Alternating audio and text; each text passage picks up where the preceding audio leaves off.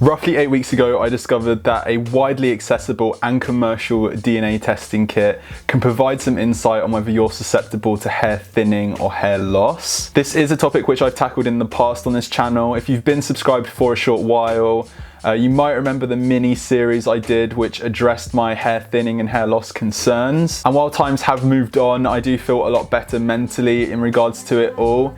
It's one thing actually finding out whether you're likely to lose your hair, and it's another just assuming that you will. And so 6 weeks ago, I received my 23andMe DNA testing kit. I paid for this entirely myself. This video is completely unaffiliated. I wasn't gifted this kit in any way. With that being said, 23andMe do have an affiliate program. I'm not part of it as of yet. I am trying to be, simply because if any of you guys want to try this kit out for yourself after you've watched this video, it'd be cool if you were to support the channel just by using a link. Once I'd filled the tube up with my saliva and sent it off, it took about a month to process. During this time, you'll receive updates each time your kit goes through a later stage, which is pretty cool. It kind of gives you a rough estimate as to when it'll be done.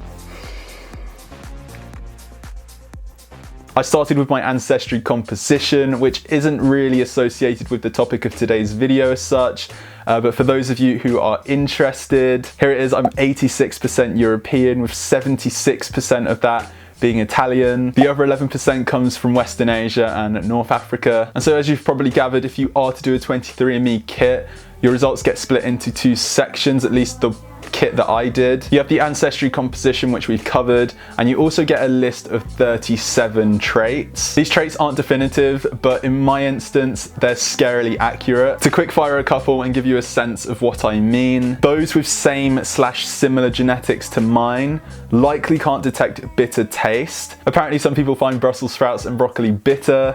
I mean, I definitely don't, so that's true. Likely to have brown eyes, that's true. Likely at least a little unibrow, that is true. Likely ring finger longer than the index, true. Likely unable to match musical pitch, true. All in all, you get the point. It's pretty insightful. And so now the hair loss traits. 92% of people with same or similar genetics to mine were unlikely to develop a bald spot. That did really take me by surprise, because when I was concerned with hair thinning, it was that crown area where you would develop a bald spot. Moving on to the big one, 81% of people with same or similar genetics didn't experience early hair loss before the age of 40. This does also include hair thinning, which I will discuss in a moment. And the last trait associated with hair loss, I guess, is the widow's peak. This has by far the smallest margin. 58% of people were unlikely to develop a widow's peak. Before I get into how I feel about these results, it's important to establish one or two things. It's really easy for me to say that these results don't determine your self-worth or value.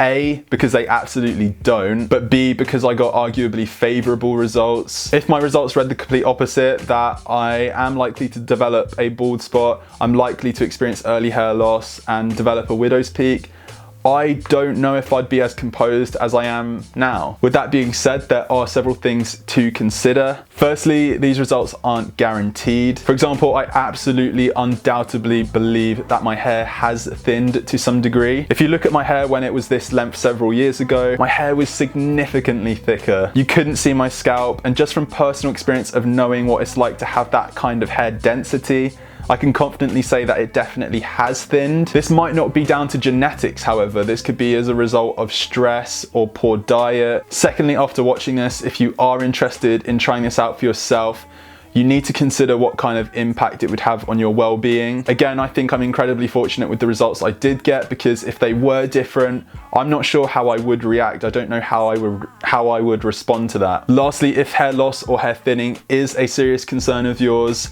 by actually finding out whether you're likely to lose your hair, you can act sooner rather than later. So if hair loss or hair thinning is something you are susceptible to, you can jump on some sort of preservation program, such as minoxidil, before you notice any significant hair thinning or hair loss. That way you can preserve as much hair as possible. So yeah, a bit of a different video this week. Hopefully you guys enjoyed. If you did, please give it a thumbs up. We're back to posting weekly, so subscribe if you haven't already to keep up to date. My Instagram and my socials will be linked in the description. Again, if I do manage to get an affiliate link, I will put it on screen now, or I will put it in the description at a later date.